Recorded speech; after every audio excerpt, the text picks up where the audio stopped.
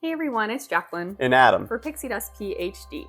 We recently returned from our January 2023 really quick trip down to Walt Disney World, and overall, of course, it was a good time, but also no trip is ever 100% perfect. There were definitely some not so great things, so in this video we will go over the lowlights from that trip. Stay tuned. Thanks so much for following along on our journey, even with not so savory topics like lowlights. We really appreciate your support. Don't forget to like the video and subscribe to the channel. All the engagement helps us out so much. For the most part, these will be in no specific order, though I'm going to save my biggest lowlight for last. Okay, sounds good. I'll start. Something that really grinded my gears was the lack of PhotoPass cast members with the characters. So there were a lot of PhotoPass cast members out and about and around points of interest around the park. That was great. But they weren't with most of the characters. So we met Rapunzel and Tiana, and there was not a PhotoPass cast member there. There wasn't even the stupid PhotoPass box there. Like, you had to take your own pictures. There was a character attendant who would help you out, but no type of any sort of professional photography. And then over at the Mickey meet and greet, they had just the box there, not the PhotoPass actual cast member, which, like, it's Mickey. This is your signature meet and greet, and you can't even have a PhotoPass cast member there? Okay, bye! There was a PhotoPass cast member with Merida, which I was so thankful for, and that's the first character meet and greet we did that day, so that like set my expectations, and we kind of just kept getting burned after that. Yeah, it was very surprising that in the Princess Fairy Tale Hall they didn't have a PhotoPass person there. Just wild to me. Yeah, and on the same character theme, you can meet Mickey in his 50th attire, or I don't know when this video is getting posted. When we were there, you could meet Mickey in his 50th anniversary attire, which was great, but he was the only one you could meet in 50th attire. So by the time we were there, they had brought back Pete's Silly Sideshow, so Donald, Daisy, Minnie, Chip and Dale, Pluto, I think, were back there, but they were in their circus gear. And so, you know, really the only opportunity you had to even see them in their 50th outfits were like parade show type situations where obviously you can't be taking pictures with them. So I was really disappointed that I wouldn't be able to get a picture with Minnie in her 50th anniversary outfit. And just in general, that it's like not even an option, I thought was pretty surprising. This is probably more of a my bad on my part and not so much Walt Disney World's part, but the Walt Disney World Railroad is back, but it runs on limited hours, which I hadn't considered to check before we were there. So our plan essentially was to go about our Magic Kingdom day and then, you know, an hour, maybe an hour and 15 minutes before fireworks, take the railroad from wherever we were to Adventureland, grab a Dole Whip, and then go get a spot for fireworks. Well, the railroad stops at 6. Yeah, I think it's definitely they stop running it after sunset. So, I mean, maybe this will vary if you're not there in January. But, yeah, it was really disappointing because it would have been cool to kind of take the train now that it's back for the first time in what is a very long time. 4 years, I think. We haven't been on it in forever, and I was interested in seeing the Tron tunnel. And the thing is, like, going on the railroad wasn't a #1 must-do for me, so this is kind of why I wasn't fully prepared. But, I mean, it was a bummer to not be able to ride it, or to, like, we had set the plan to get on it at, you know, roughly XYZ time to do our Dole Whip to fireworks loop, and then, like, oh, okay, we actually can't do that. And I get it because they probably want to have the trains totally off and clear well before fireworks, and fireworks were at 8:15. So, you know, 6 o'clock last train, got to do the loop, got to get it put away before your 8:15 fireworks. That's fine. But yeah, I don't know. I guess it's a bummer that we didn't get to do it. I take responsibility, but I don't really think of attractions as things where I have to often look at the times. Like, characters I know will stop meeting and greeting pretty early. Yeah. Didn't think about that with the railroad. Another low light for me is just like logistically at Magic Kingdom for the Beacons of Magic, they only do the little show where the castle lights up once. And when we were there, it was at 6:30. And I did know that, and I put it on my cheat sheet, all these things, but with like the train kerfuffle, I was just kind of like, whatever, let's go ride rides instead. So we missed it. And I mean, the castle does stay lit all night, which is nice to see, but like when we've been there for the holidays before and they, you know, light up the icon in Holiday Magic, it just kind of happens regularly. And like the EPCOT Beacon of Magic show just happens over and over. And I just kind of wish they would do whatever cute projection stuff, you know, like make the castle dark for 10 seconds and then light it up and just do that once every 20 minutes or something. I think it's a little ridiculous that if you aren't looking at the castle right at 6:30, that's the only time you get to watch it transform from normal castle to Beacon of Magic castle. Yeah, I mean, it's just very much such an easy fix, and I guess they're just, not something they want to put time and effort into, but I think they should. Well, yeah, and I don't even know. Beacons of Magic are probably going away after the 50th is over. I don't. Yeah, I just think they could make that magic happen more regularly. So one low light for me was the Waldorf pool was closed. They were doing refurbishment and construction on it. It was completely drained, and unfortunately they were doing it while we were there. Yeah, so when we booked the hotel, this wasn't either it was planned and they didn't tell anyone, or it wasn't planned yet because we had no warning that the pool would be closed when we booked it. And we did book it several months early, so I kind of get it. By the time it was like getting closer to check-in, they send you an email like 10 days in advance of like, we can't wait to see you. That's when I was like, oh, the pool's going to be closed. Like, that's the first time we had heard that, which is disappointing when obviously the pool is a big part of like a resort experience. Yeah. Fortunately, there was a pool because the Waldorf shared its campus with Hilton.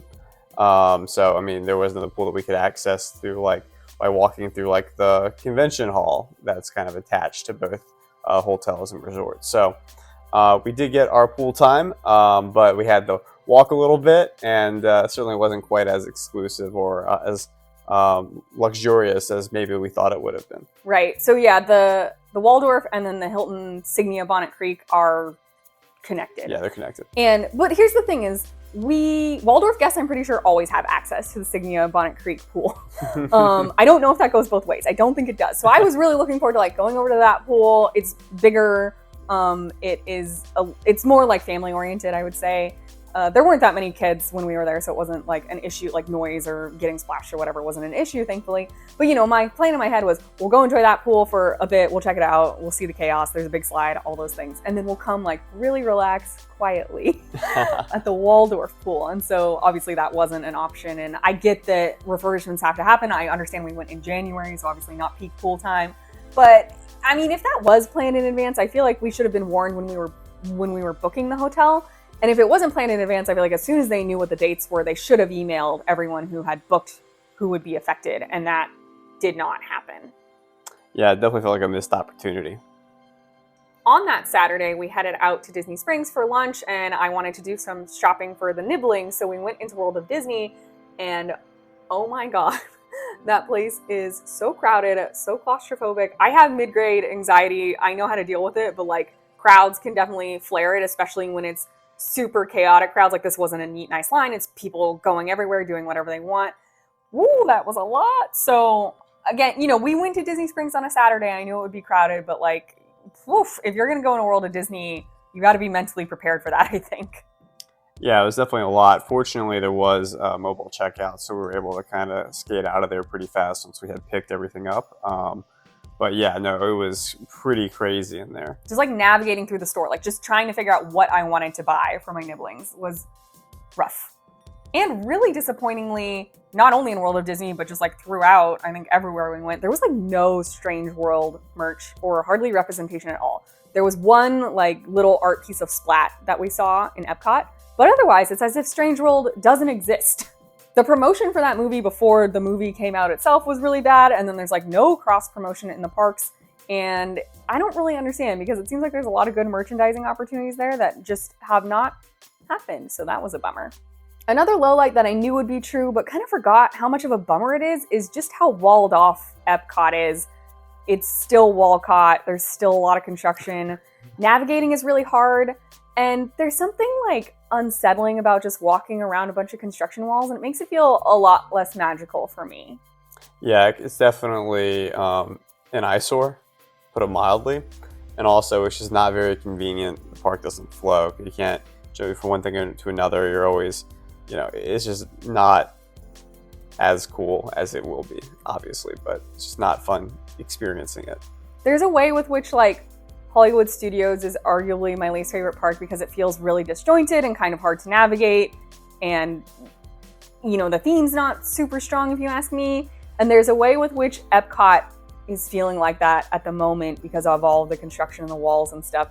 And I know that, it's going to be much better when it's done. When will that be? 2025? I have no idea. But yeah, in the interim, it's pretty rough. And it really does take away from the enjoyment of the day for me personally. And additionally, of course, it's harder to navigate around, but there really isn't a ton to do in EPCOT before 11 a.m. No, yeah, absolutely.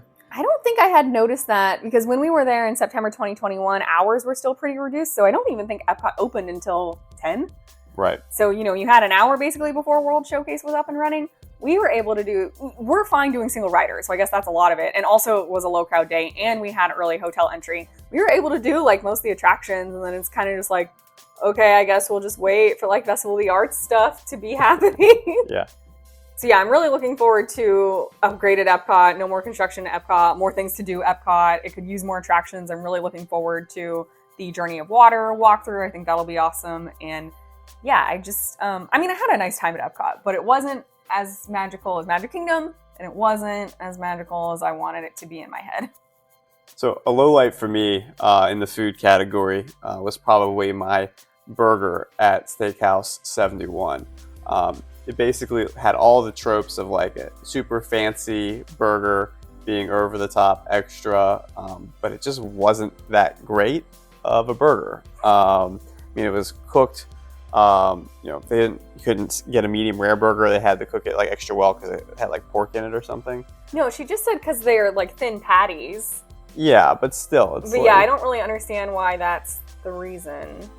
Yeah, they're just like, the cook's not gonna try and make it medium rare for you. Okay, I'm like, anyway, it was just kind of like very, very off-putting. How it was like a $20 burger. I get there's the Disney tax and all of that at a hotel, but it wasn't that great of a burger, and they definitely hyped it up as like this is the most popular thing. So really didn't. It was okay burger. It would be one that I'd probably not ever get again. I was really surprised. So when we first sat down, she sort of walked us through a tour of the menu. Like, this is our signature drink. Like, the Steakhouse burger is really popular. Everyone loves it. That's probably our signature dish. Like, those types of things. We were there for lunch. It might be different at dinner.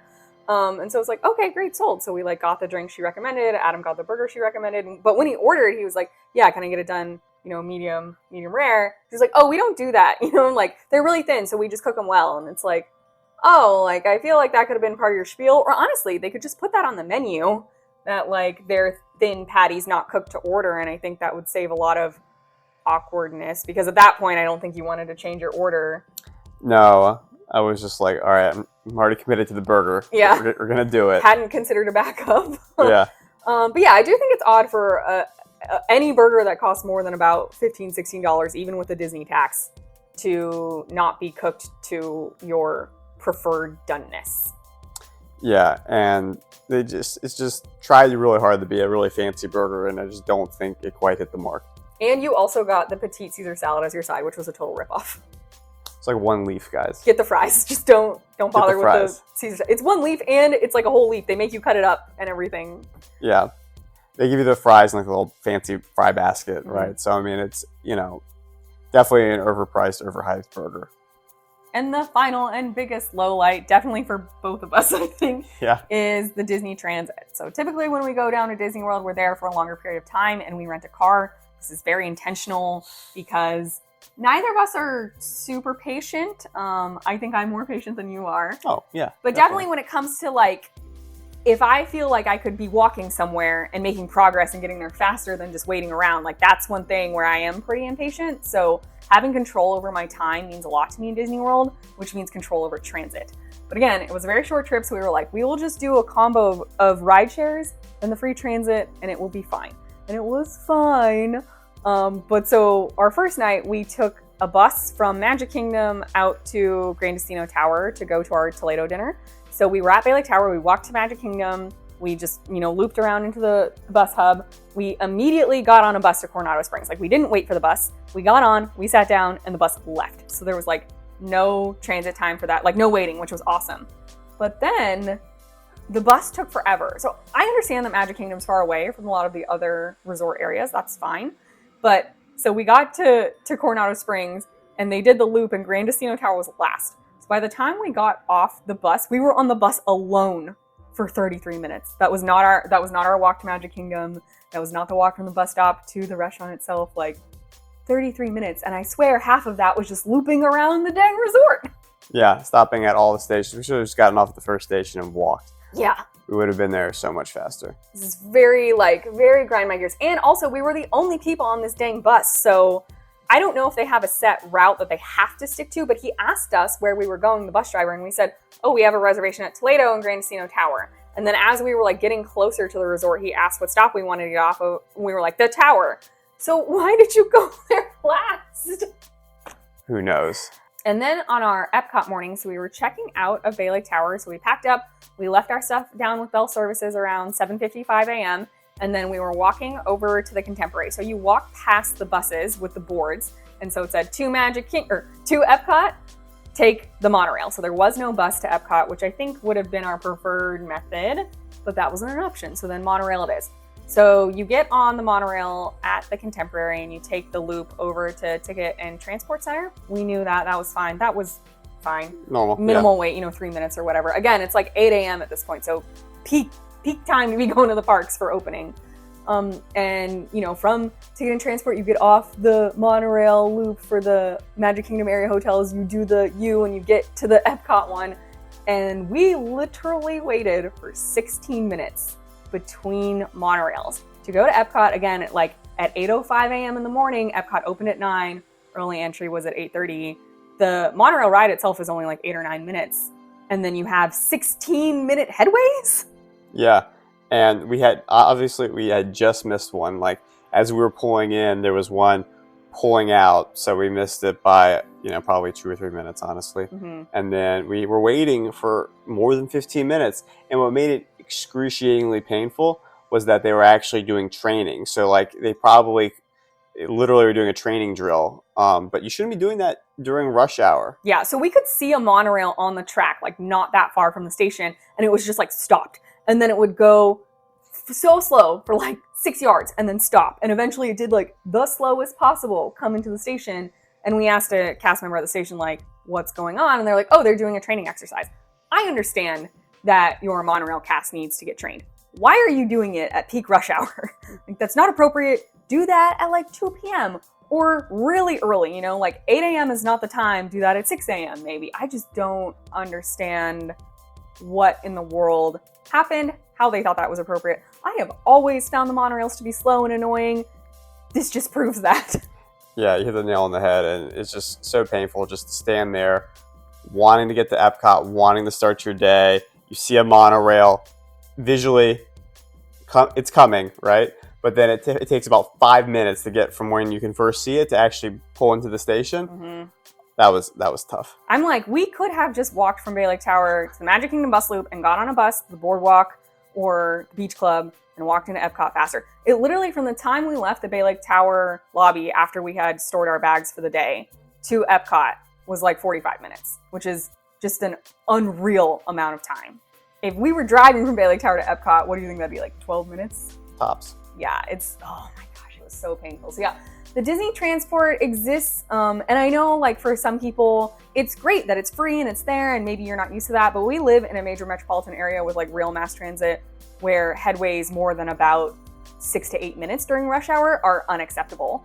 So here I am at Disney World during rush hour and it's a 16-minute headway, oh my gosh. So yeah, the standing and the not making progress part of transit absolutely kills me. Our next trip down to Disney World will be longer and we will be renting a car. I'm not putting up with this for more than a couple days. Yeah, no, definitely probably so much faster to get around to the parks if you've got a car, control over your day, and just, your time is valuable when you're on vacation, and you need to, make that investment to make sure you're able to do that. And I think it was just, again, super short trip, but definitely reinforced of why we rent a car when we go down to Disney World. Thankfully, not too many lowlights, and none of them ruined anything. We were late to early entry for EPCOT, which was kind of stressing me out because we had sat around for 16 minutes between monorails.